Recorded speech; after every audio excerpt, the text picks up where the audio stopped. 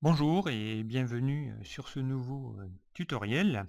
Alors aujourd'hui donc tuto que je vais donc réaliser sur la version Excel 2013, puisque là je vais vous montrer donc un outil qui n'est apparu qu'à partir de cette version-là, donc à partir de la version Excel 2013. Donc si vous avez Excel 2007 ou 2010, eh bien cet outil-là n'est pas disponible puisqu'elle n'est pas encore prévue dans cette application-là. Donc voilà, donc ce tuto vraiment sera fait que pour les utilisateurs qui ont un Excel version 2013, un pack Office 2013. Voilà, donc ici, eh bien, l'objectif ce sera de quoi? Eh bien, de créer une carte interactive. Donc vous en avez déjà créé lors des précédents tutos, mais vous allez voir que là, eh bien, on va pouvoir utiliser un nouvel outil, donc apparu sur la dernière version d'Excel, qui va vous permettre de générer automatiquement, donc mettre des données sur une carte pour la rendre totalement interactive. Alors, ici, je suis parti d'un petit tableau tout simple où là, j'ai des villes, voilà, en France, j'ai des ventes et des budgets. Voilà, et j'aimerais bien ici afficher ces données sur une carte de France, par exemple, pour pouvoir pouvoir visualiser ça sur une carte, hein, beaucoup plus intéressant que sur un tableau.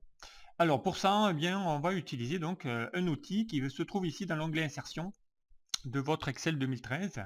Et dans l'onglet Insertion, donc vous avez ici un outil, voilà, un groupe qui s'appelle Présentation. Et dans ce groupe Présentation, vous avez donc ici une commande qui s'appelle Carte. Donc ici, ça vous permet de pouvoir consulter vos données donc géographiques sur une carte du France ou du monde en fonction de vos besoins et de vos types de données.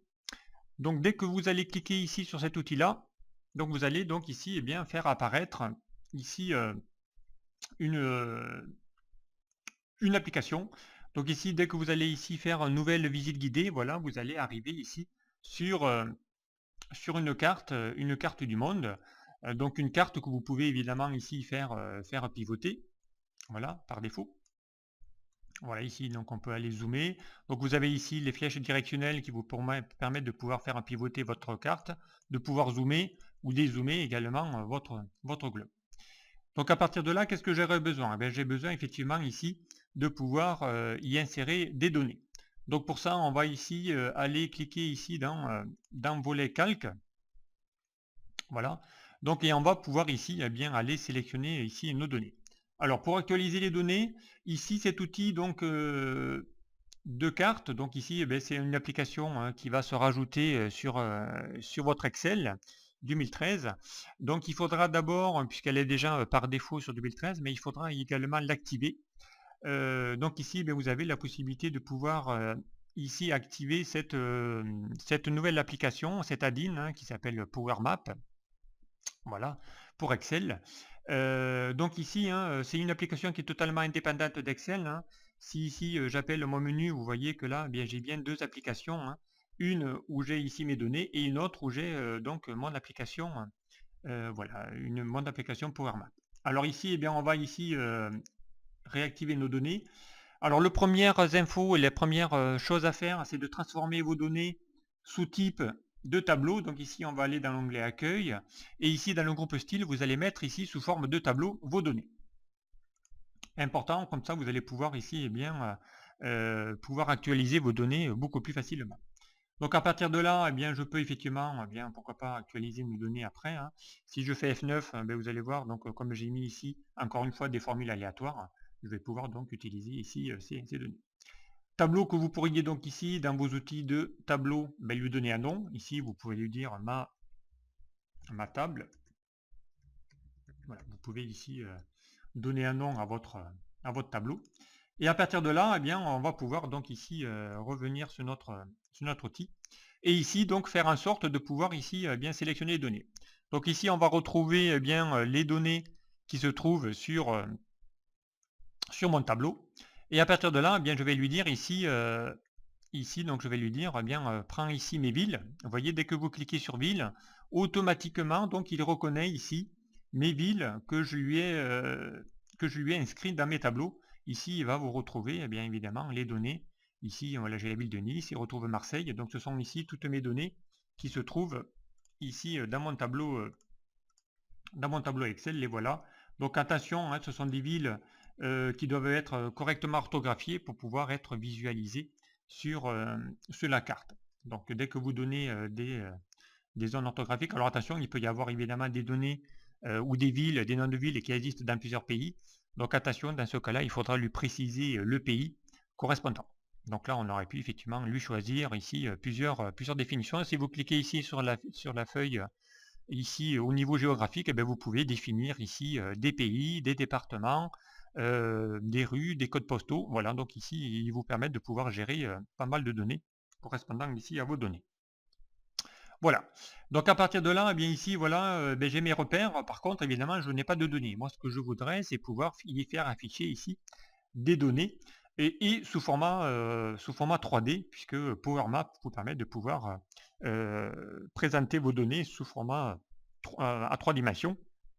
Donc pour ça, ici, on va cliquer ici en bas suivant et on va ici lui demander eh bien, quel type de données vous voulez représenter. Donc ici, on va représenter des données en 3D. Donc il va demander ici de faire glisser les valeurs de données. Donc on va prendre ici par exemple nos ventes qu'on va ici voilà, faire afficher. Automatiquement, il va ici afficher les ventes. Donc ici, voilà, il vous met ici par défaut cette feuille. Donc ici, il n'y en a pas besoin. Et là, vous avez donc ici la présentation de votre carte de France. Donc ici, si je zoome, voilà, ou si je fais pivoter un petit peu ma carte, vous avez ici vos données représentées sous format de barres qui vous permettent de pouvoir ici afficher les données. Ensuite, donc si je veux évidemment ici représenter différentes données, ici vous avez la possibilité de pouvoir afficher voilà, sous format de bulles. Donc ici il va vous faire des bulles plus grosses ou plus petites en fonction des données. Donc là évidemment il va falloir peut-être zoomer pour éviter que vos tâches se superposent. Et ici vous avez donc bien des données.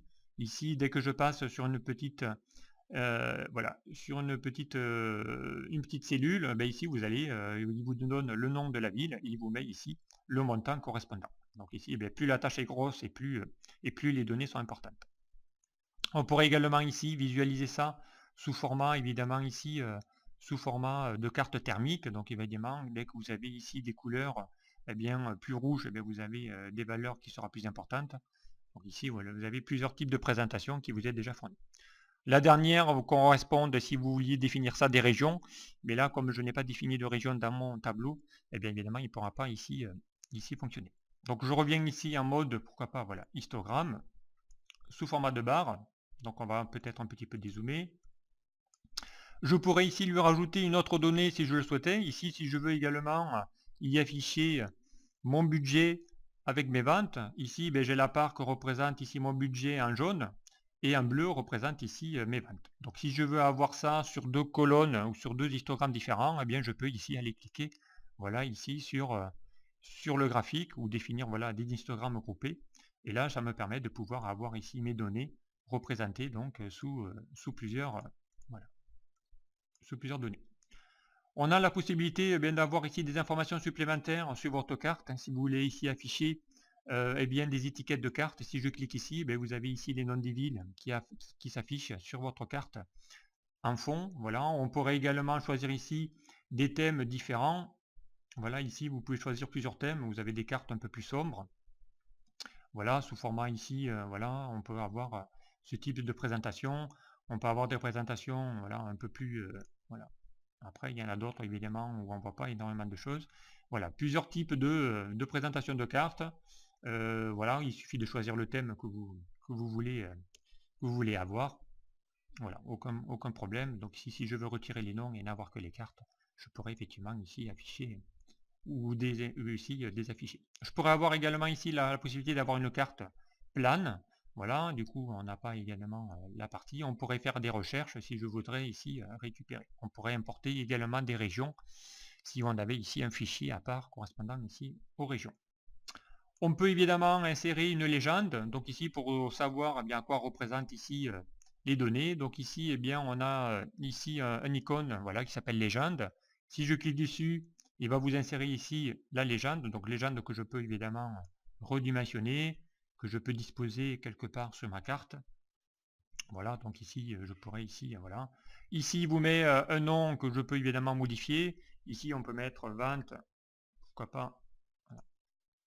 Voilà. Si je fais ça, donc voilà, on va ici taper vente,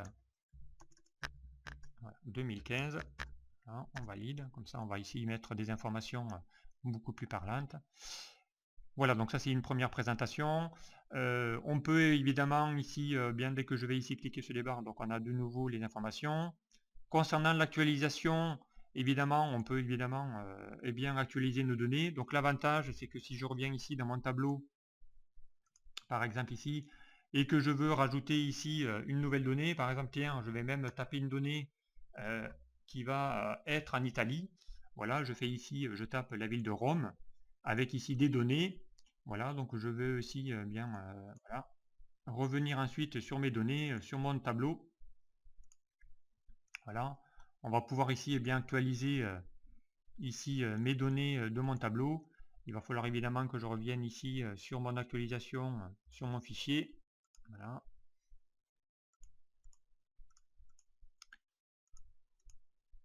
Voilà, donc ici je vais actualiser voilà, mon tableau avec ici les données de Rome. Donc ici je suis allé dans l'onglet évidemment outils tableau et actualiser. On aurait pu essayer de faire ici actualiser également dans les données. Voilà. Si je reviens également maintenant bien sur mon graphique, voilà, donc on va pouvoir bien actualiser également les données si je veux ici insérer des nouvelles données. Voilà, donc ici on a une petite présentation.